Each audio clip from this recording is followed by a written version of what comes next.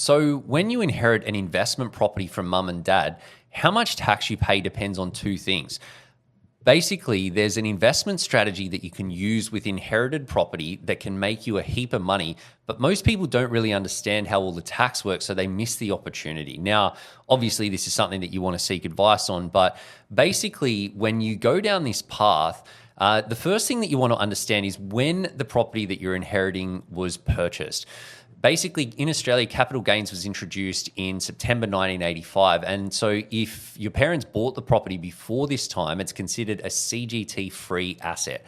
Basically, when you inherit one of these properties, the cost base resets to the market value at the time of death. So even if they bought the property for 50 grand and it's now worth $5 million, you don't pay any tax on the gain up until the date of death. Now, the second group is where most properties fit, which is where it's investment properties bought after September 1985, meaning that it's a CGT asset essentially. Now, what happens in this case is that you inherit the cost base of the property. So if they paid 50 grand, you basically inherit that cost base, which includes the purchase price plus any purchase costs, and if they've done any major renovations, that also factors into the cost base.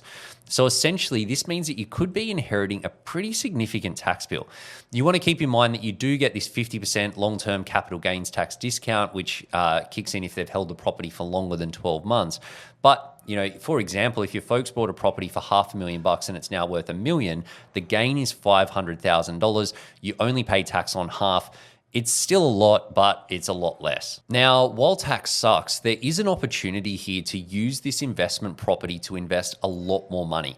Because if you sell the property, you have to pay the tax, pay back the mortgage. But if you don't sell, you can borrow money against the equity in the property, essentially pay no tax because you're not selling the property, and then use that equity to buy one or even two more investment properties.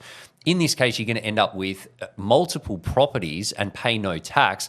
And basically, this then has you covered in terms of your wealth building. You just need to let the property market do its thing.